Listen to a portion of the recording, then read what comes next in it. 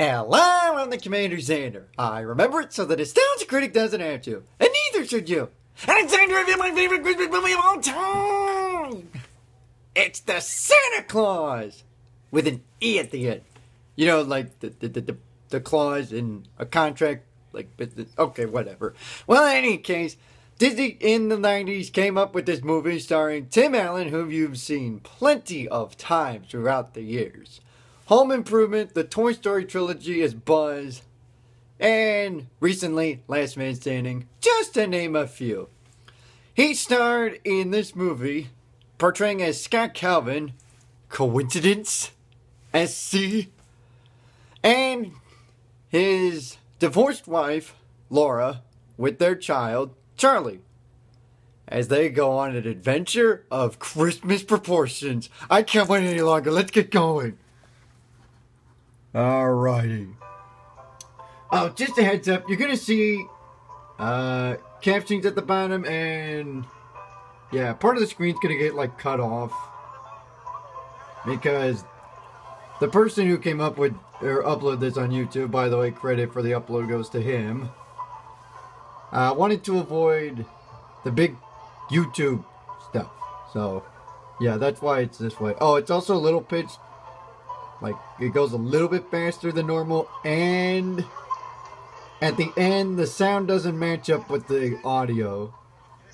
Or with the pictures. So, just a bare warning there. But we start with Scott Calvin's workplace. By the way, this guy you may remember. He's been in all three Santa Claus movies. He played Father Time in the second and third movies, which we're not going to get to because this one was clearly the best. And there's Tim Allen as Scott Calvin. Thank you very much. This was really a team effort, and we just want to thank every one of you individually. Well, we don't have time for that, do we? No, we don't. In all seriousness, B&R Toys is the company that Scott Calvin works for. He works so long, so often, that's the reason why he ended up getting the divorce with Laura.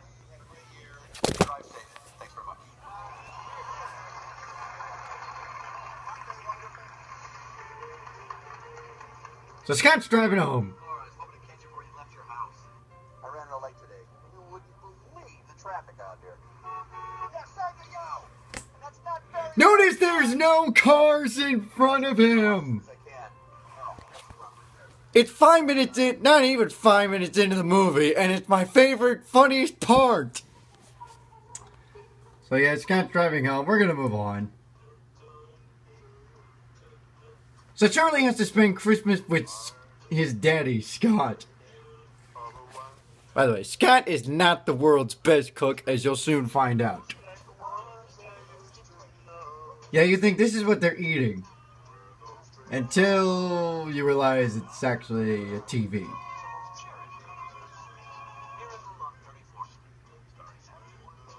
This is the dinner they actually ate. And you can hear a fire extinguisher. Yeah, Scott overcooked the turkey and it burned and was on fire. Like I said, not the greatest cook in the world. Exactly why you want a high-quality fire extinguisher. But at least he's prepared. Which makes sense because he did Home Improvement, so obviously he's got to be prepped for this crap. Yep, turkey's burning up again.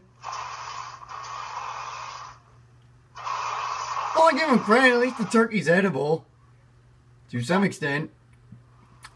Unlike the turkey that the Griswolds enjoyed. So, in the typical fashion of an average American family, they try and find a restaurant that's available during Christmas. Where else but Denny's? No, thank you. Alright, after that wonderful encounter, Scott reads Charlie the night before Christmas, explains what a rose such a clatter is, or in his case, a rose such a clatter. A rose such a clatter. He clearly doesn't want to put up with this bullshit. But you could, and here's something you'll find interesting. As the movie progresses, you're going to see Scott Calvin becomes a changed man. But we get on later into Christmas Eve. By the way, the music is freaking awesome in this movie. Charlie's woken up to a thumping noise on the roof. You can hear Santa saying, "Settle down there," to the reindeers. And after another stomping noise, Charlie bolts into Daddy's room and wakes Scott up. Charlie? Charlie, what are you talking about? Scott does not want any part of this. He just wants to sleep, damn it. Come on, let's go back to bed. But then he hears the thumping noise too, Somebody's on the roof. and realizes that there is someone on the roof. I'll just stay right there. Charlie, you know how to call 911? Sure. What's the point of asking someone, you know how to call 911 when you just gave away the number for 911? Ugh. God. So Scott grabs his coat, runs outside, and sees someone on the roof. Hey, you! It is indeed Santa Claus. He was trying to get on the chimney. He's surprised by the noise, slips on the roof, falls down, and thump. Lies there. Is he dead? I doubt it. He's at least unconscious. Let's just go with that, just to make this more child-friendly. He's not responding at all. Maybe we should be a little concerned. So Charlie grabs his coat and comes out to the scene of the crime.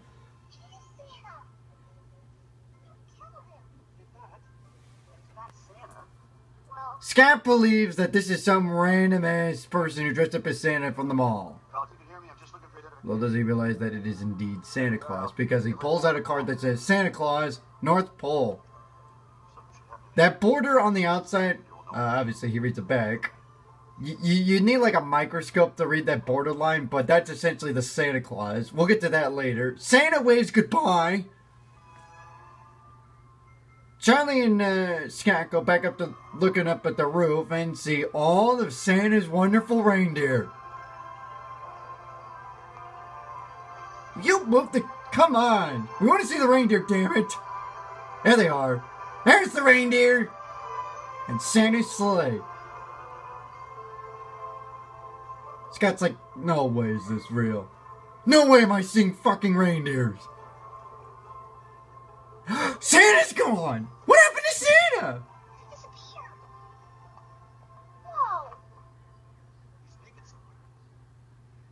Scott's got a point. You never know. He might have bolted on out.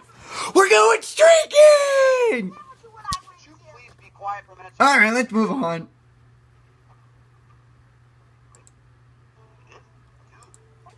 So they get up on the roof via a ladder from the Rose Such a Glitter Company.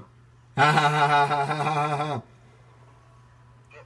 Scott still doesn't believe in this nonsense, nor does he want to try to believe. Oh, by the way, advertisement alert! Makes sense since Disney came up with this movie.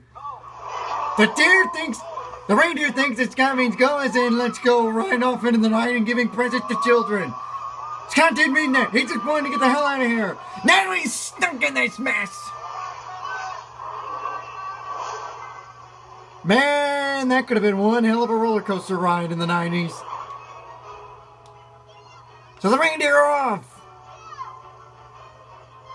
The guy in the truck cannot believe what the hell he's driving next to.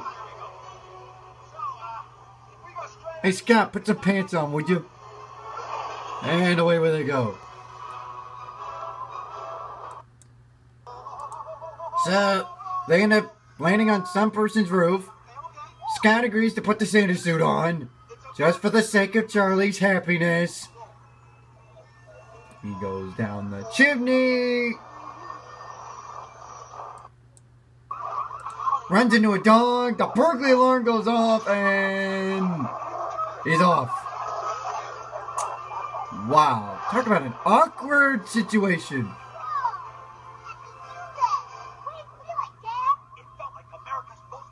Good way to put it. Alright.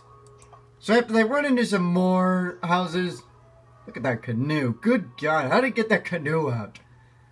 He places it on the window. It's like, okay, good. And of course, the canoe's gonna fall, hit the tree, and the tree goes down, and Scott's like, God fucking damn it! So he grabs the oar that goes with the canoe and just chucks it at the canoe. I understand his frustration. Alright, moving on. Hey, where you going? Come back here. The reindeer go on saying, "Ah, you're on your own, suckers!" They end up in the North Pole, by the way. Who's the head elf? You are. Hey, who's causing all this And from there, we meet Bernard. trouble? Excuse me, are we on a coffee break? I guess you can call him the vice elf, the elf next in line to Santa Claus. To work, thanks. Take it easy on her, will you? Who are you? I'm Bernard. Nice to meet you, Santa. I'm not Santa. I got a rough These two go on a wild argument as to whether or not Scott's Santa Claus. Bernard keeps explaining the Santa Claus. And basically what the Santa Claus is if you agree to put the suit on when the other Santa is gone, you then assume the responsibilities of Santa Claus. So remember, kids, with Santa Claus has the same deal as Spider-Man. With great power comes great responsibility. Of course, that motto applies to just about anyone with great power.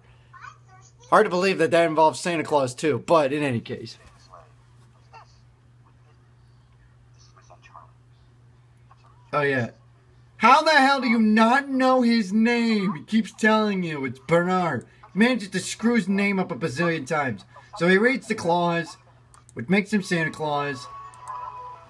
They go into some room. Nice bedroom, by the way. Seriously, Scott, you don't have the ability to open that other door, you lazy ass. Stiff drink? You mean like alcohol? But it's a kid show! I mean movie! You get the point! SC. See what I mean about the coincidence between the names? Yeah, you won't see the puppets in the background thanks to this YouTube channel cutting them out. So he takes the pants off. Wait a minute. Why are you reacting like that? You weren't even looking at the... Whatever. Okay, let's move on. So they're back home, finally. Scott believes that this whole event was some random dream.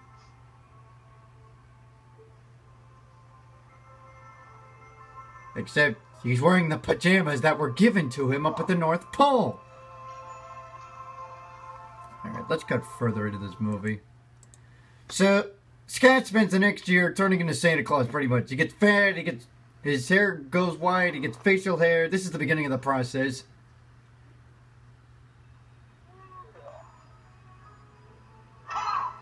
He grows facial hair, and he gets fat. Eventually, that facial hair becomes white, as does his head hair.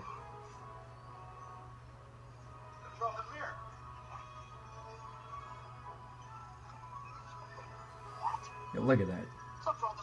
Actually, not. Yeah, I'd have that reaction too if I were in that predicament.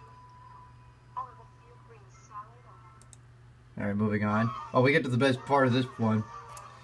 There's a kid who thinks she's looking at Santa Claus, which I would be confused too when you see him in a red hoodie with that facial hair and that hair. So, yeah, eventually a long line forms. Oh, by the way, Charlie is playing a soccer game while this is going on. There's Laura. That's Scott's ex-wife. She then got married to Neil, whom you may refer to from Beverly Hills Cops. Hey, this might look pretty odd, doesn't it? These kids lined up all by themselves. Scott, I think it's safe to say you're taking this Santa thing to another level. It's not his fault. It's fucking magic, for crying out loud. I'm in big trouble. Yeah, because every time he tries to dye his hair back and shave that beard, it always comes growing back. So they have to go to the judge, where Neil and Laura ask for a restraining order, essentially, for Scott. In other words, he can no longer visit Charlie. Which I think is terrible, especially for this time of year. So what does Scott do but take Charlie away? All the way to the North Pole. So, So this now goes down to the police. This one's not going to be easy to find. But I want the bright red suit and beard. Give him away. Charlie's got I love that cop has a sense of humor. Good for you. You'll get a medal for that. So they're at the North Pole 1 year later and going through new stuff like new and improved sleigh, a flame retardant suit that's light and durable to some extent, and rope so that he doesn't fall off the roof and pull up the same stunt that the Santa before him did. I would be concerned about that too, knowing I saw that a year ago. just in case they fall off the road. Yeah, Comment's appreciative of him. Alright, let's move on. So Santa's giving away his toys. They're at the Calvin's house. The cops are surrounding Santa Claus. How rude! How dare you arrest Santa Claus? Why would you fucking arrest Santa Claus? I know that Scott Calvin is violating the contract where he can't visit Charlie, but seriously, you gonna arrest the guy? It's Santa Claus! This is absolutely wrong! How dare! I hope the cops get a lump of coal for this! Where's the boy? He's in the sleigh. Scott Calvin will bring you out. So what does Charlie and ELFS do? They go spring Santa free. Of course they're gonna do that. Charlie? They're at the police station. And the cop's like, okay, who's there? Oh, it's a bunch of kids. Okay. Go home, kids. It's an hour and over. We're not kids. And we're not prison. We're here to bust out my dad. Okay. Rule number 1. Never admit you're busting someone out. You become a criminal too, essentially. You become an assistant to the criminal, pretty much. Although in this case, it makes no sense to put him in jail. But still, you don't go out and say, we're gonna go out and bust someone. You're at the police station. You're pretty much asking to get thrown in the slammer. So as you can see, they tie up the cop and stuff his mouth with what was left of that donut. And you're not gonna believe what they used to spring Santa free. See? You weren't gonna believe it. Tinsel? No, just. That's right. They used tinsel, which in any normal situation would do little to shit on that metal door. But in this instance, it works. Santa is free. They're back at the Calvin's house. They're having a predicament about what Charlie should do. Scott thinks the appropriate thing to do is to leave Charlie with Laura and Neil, because he shouldn't be with Scott all the time. It's a family.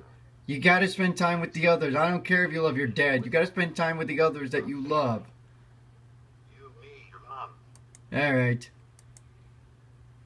Bernard comes in, tells Charlie that the glove that he got is going to be useful in the fact that if you shake it, Scott will come and see him.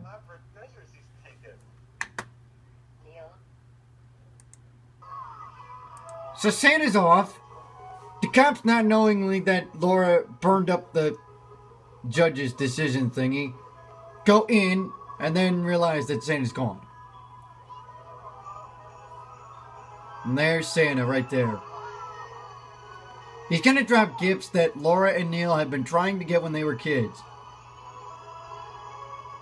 Bye, Charlie. See what I mean about the audio and the visual not together? I'm sorry, Charlie. Yeah, you need to be sorry. You're just denying your inner child. You're like a great psychiatrist one day, kid. Yeah, I apologize for this, folks, with the audio and the visual not communicating. This is how this video was when the YouTube channel that uploaded this put it on, so, yeah. Still give him credit, though. At least he put it on. That's nice of him, because this was an awesome movie. But yeah, he drops the toys. It's a weedy whistle. Laura gets her Mystery Day game. Sparkle, sparkle, sparkle! Fuck yes! Sparkle, sparkle, sparkle! Ah! You notice that the elves are the only ones that are running off. You can tell those are elves. They're the only ones running away. And Santa goes off. The rest of the normal kids are watching him go bye-bye. Look at all those trees. Holy crap.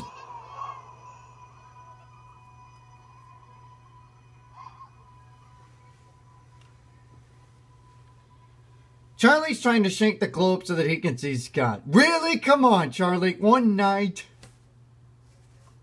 You can't go one blasted night without your daddy? Come on.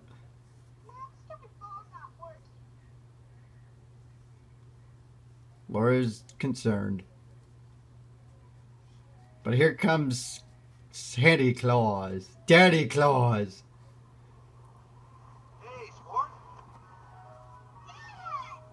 You missed me already? Have we gone for 10 minutes? Give me a break. I was on my way to Cleveland. You're on your way to Cleveland? Were you going to see LeBron James? Or Johnny Football? Or other cool stuff at Cleveland like the Rock and Roll Hall of Fame? Huh? Do you want to go for a quick ride? So they end up going on a quick ride. Laura approves. But of course, being the strict, concerned mom that she is, says, don't go over any ocean. I want you to stay in this fucking country, damn it. On our way. They're on their way. And this is how the movie ends, pretty much. So that was the Santa Claus.